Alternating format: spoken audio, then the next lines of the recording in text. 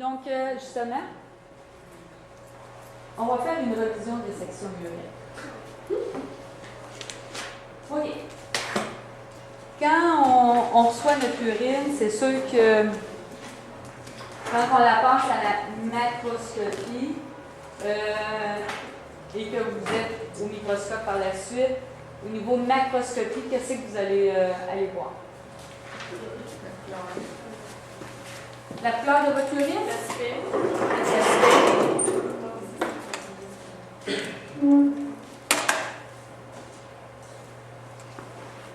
Donc, au début, le pH. Donc, si j'ai un pH acide, c'est 5, 5,5, 6. Donc, qu'est-ce qu'on a? Un pH acide, acide urique, oxalate de calcium. Vrai ou faux? Il y a certains patients qu'on peut retrouver de l'oxalate de calcium à 6,5. OK? C'est rare, mais ça se peut. pH basique, 6,5 jusqu'à 9. Qu'est-ce qu'on voit? Toute la famille du triple phosphate. Donc, vous avez aussi le triple phosphate en aiguille. Vous l'avez aussi en forme de tombeau. Vous avez aussi du carbonate de calcium. Il ne faut pas l'oublier. Du phosphate ammonium. L'urate ammonium aussi. Phosphate parce qu'on dit qu'on est à pH basique. Urate parce qu'on est à pH acide. Mais les deux se voient dans les deux types de pH. Donc, et on a du calcium phosphate. Donc, calcium phosphate, c'est en forme de morceaux. On a le carbonate de calcium comme un petit os. Et on a le urate d'ammonium ou phosphate ammonium comme une petite boule noire avec des petites pattes. On en a vu. Vous en avez vu? Et le carbonate de calcium, il accompagne, il est souvent jaune aussi. Des fois, les deux ensemble, vous allez voir des boules jaunes comme ça ici, là, les deux. Ça, souvent, c'est la famille, les trois, là, ici. C'est ça qu'on va voir. On l'avait vu ensemble aussi durant la 5e session. OK. Question sur le pH. Ça va? Les bactéries. Donc, les bactéries, il faut vraiment attendre comme à la fin. Une fois qu'on a visualisé notre lame, il faut attendre que les cristaux versus les bactéries, donc ça se repose dans le fond de la lame. Donc, dans les cristaux, vous avez les cristaux amorphes. Les cristaux amorphes acides, donc les urates, et les cristaux basiques, les phosphates. Donc, des fois, un, il est plus lumineux que l'autre. Je ne sais pas si vous avez remarqué. Donc, un, il est clair, il est brillant. Donc, aussi vos bactéries. Regardez, voir si ça tourbillonne. Hein? Donc, il ne faut pas mettre les cristaux amorphes pour des bactéries. Ça, c'est le piège. Si vous avez de la difficulté et si vous avez 3 plus de cristaux, donc à la fin de tout, vous avez seulement à rajouter de l'acide ou de la base, donc dépendant de la recette de l'hôpital, et vous allez pouvoir éliminer tous vos cristaux et regarder voir vos bactéries. Mais n'oubliez pas que vos éléments ils vont être diminués. Donc, c'est important d'aller voir les globules rouges avant, blancs, les cylindres, avant de mettre de l'acide ou de la base. OK. Cristaux amorphes, ça c'est fait. Est-ce qu'il y a des questions?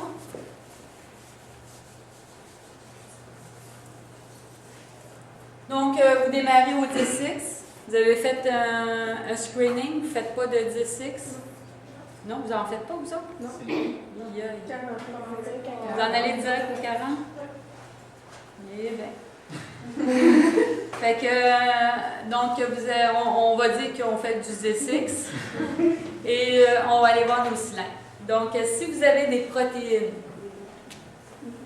donc une protéine négative, c'est sûr que ça n'amène pas de problème. On peut voir des cylindres hyalins. On peut voir des cylindres hyalins de 3 à 5 par champ. On peut voir des cylindres hyalins plus grands que 5. Quand on a des cylindres hyalins 3 à 5 plus grands que 5, regardez voir si vous n'avez pas de cylindres granuleux. Okay.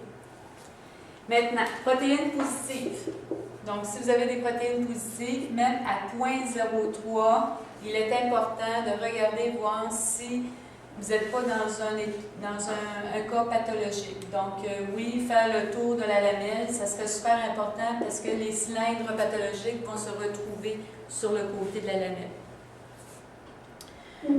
Ton cylindre graisseux, Cynthia, tu l'avais trouvé comment? Au 40X? Ben, comme au 10X, je voyais qu'il y avait comme une petite affaire dedans. OK. Mais je n'étais pas sûre. J'étais arrivée au 40 puis j'ai mis le filtre. Je voyais la croix. OK. Donc, au 40X, c'est ça. Après ça, on peut aller les identifier. Donc, protéines positives, c'est sûr que si vous avez un 2 g de positif, que vos globules rouges sont dysmorphocytose. Hein? Globules rouges, dysmorphocytose. Allô, Tari? Avec un... Dysmorphisme, érythro, peu importe. C'est tous des termes qu'on emploie. Mais oui. Oui, on n'est pas anglais ici, là, c'est français. Non, je sais, mais ça sonne bizarre que globule rouge, dysmorphocytose, comme la dysmorphosose, c'est plus le nom. OK. Non, ben je vois théorique, moi. OK. Donc, un globule rouge avec comme une petite pierre sur le dessus. Donc, c'est sûr que, ou les globules rouges en forme de levure. Hein, ça, se souvenez. Pas prendre une levure non plus pour un globule rouge. Ça, c'est important. Donc, et ces protéines-là vont être souvent à 2 grammes. Est-ce que je peux avoir des globules rouges dysmorphocytes? C'est ça que tu veux que je dise? Et sans cylindre, oui. OK? Et si par hasard j'ai un cylindre qui est pathologique, mais naturellement, ce ne sera pas des cylindres érythrocytaires, mais ça va être un cylindre érythrocytaire ou un cylindre hématinique, qui va être de couleur orangée. Donc, ça veut dire que la granule va être plus, pas d'une teinte jaune, mais plus une teinte orangée. Les protéines en 3 et 5 grammes, donc ce sont les corps à la graisseux. Les cylindres graisseux. Est-ce que je peux avoir de la graisse libre sans avoir de protéines? Oui.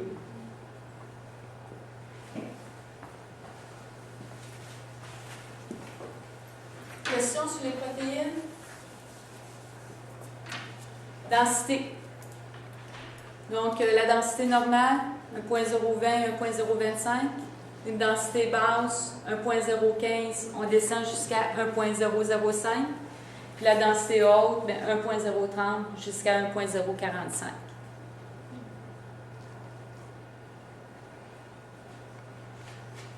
Qu'est-ce qui est important, vous autres, c'est de noter la densité qui est basse. Donc, 1.015 en descendant.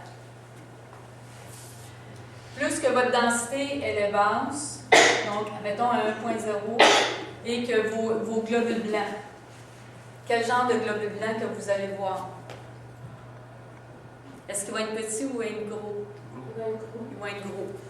Et qu'est-ce qu'il faut noter? Naturellement, c'est les bactéries, les glutteuses. Donc, ça, c'est important. Ne pas oublier vos glutteuses, surtout dans une infection. Donc, que ce soit une cystite ou une pyélonéphrite, le gluteuse peut apparaître. Est-ce qu'on peut aussi avoir des amas de bactéries? Oui. Faites attention pour ne pas dire que c'est des amas de cristaux. Donc, des amas de bactéries, mais habituellement, c'est des bactéries. Est-ce que je peux avoir des amas de leucocytes? Donc, si j'envoie seulement une amas par 8 champs, ce n'est pas un amas. Mais si je vois sur le même champ à peu près 4 à 5 amas, il faut le noter. À partir des amas, est-ce que je peux remarquer aussi le pus? Oui. De vos globules blancs, est-ce que je peux avoir différentes sortes de globules blancs? Est-ce que je peux avoir des globules blancs réactifs, avec comme une petite podocyte qui traîne en arrière? Est-ce que je pourrais avoir une macroscopie à 500 et voir 1 à 2 globules blancs par champ? Est-ce que, oui, ça serait un lien avec quoi? Avec le? Oui, donc à cause de la densité. Donc une densité qui est basse. Si votre macroscopie vous a indiqué 500 puis que vous retrouvez 1 à 2 ou 3 à 5 globules blancs, mais c'est sûr qu'ils sont éclatés. Donc, autrement dit, le réactif va aller chercher la peroxydase qui est dans vos granules. Est-ce que je peux voir aussi l'inverse? Mettons globule blanc, pause et macroscopie lait. Oui.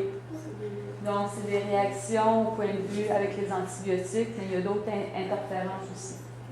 Qu'est-ce que vous faites dans ce temps-là? Quand vous avez une discordance entre qu'est-ce que vous voyez à la microscopie et la microscopie, vous devez aller refaire un bâtonnet.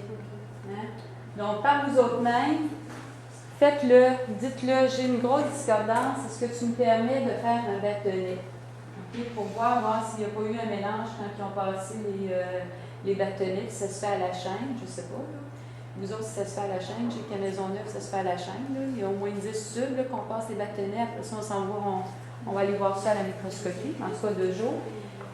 Donc, allez faire un petit contrôle méthode. Mais quand on le fait automatiquement avec une machine, pas besoin de... Ben, c'est la personne qui... Ah, la machine qui passe le bâtonnet, vous avec les autres. cassettes. C'est-tu bon? Oui, c'est ça. Ah oui. Et la couleur. Les globules rouges, es-tu capable d'aller les chercher comme il faut? Oui. Nous autres, quand le volume était en bas de 2 ml, par contre, il fallait le faire manuel. Tu fais le truc manuel parce que la machine peut pas aller jusqu'au bout.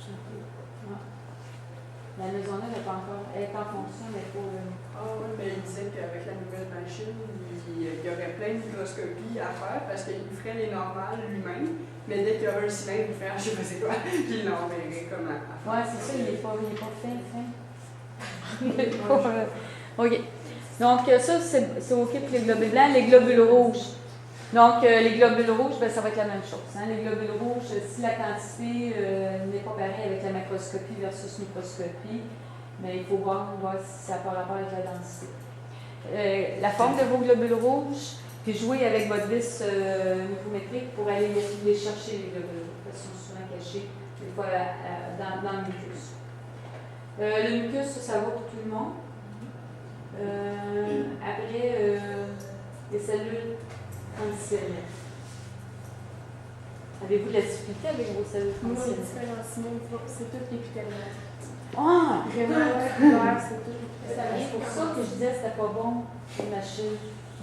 Non, mais quand on Non, fait nous la vous autres. microscopie, Vous autres? elle dit que tu mets tout le temps épithélial. C'est quoi, nous, Mais ils viennent de commencer parce qu'ils disent que selon les patients, c'est vraiment au biochimiste à faire. Lui, il sait où est-ce qu'il est rendu son patient, puis il devrait faire, OK, il y a beaucoup de cellules, ben c'est plutôt au biochimiste d'aller chercher la lame, ben de s'en faire une, puis de la regarder lui-même.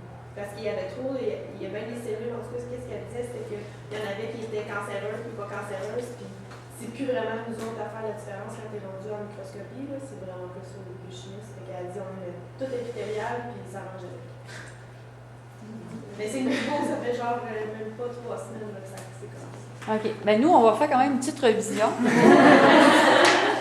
Pour être sûr qu'on connaît la différence entre les deux. Donc, une belle cellule pavimenteuse, hein, petit noyau.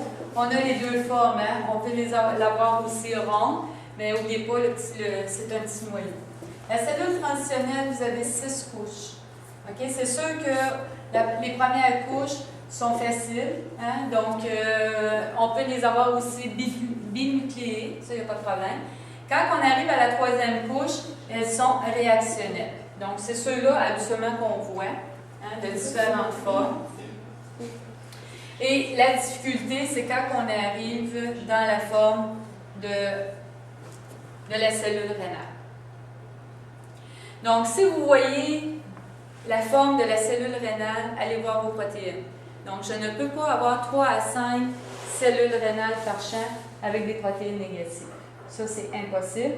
Et c'est impossible d'avoir 3 à 5 cellules rénales par champ. Donc, pour avoir 3 à 5 cellules rénales par champ, il faudrait que ce soit un syndrome là, hépato-rénaux. Ça veut dire des cylindres granuleux, des cylindres cireux, des cylindres hyalins full la lame. Donc, si vous avez une petite lame bien tranquille, c'est impossible que vous avez 3 à 5 cellules rénales. C'est des 3 à 5 cellules transitionnelles que vous avez. Et habituellement, les cellules rénales vont avoir tendance à se tenir sur le contour de la lamelle.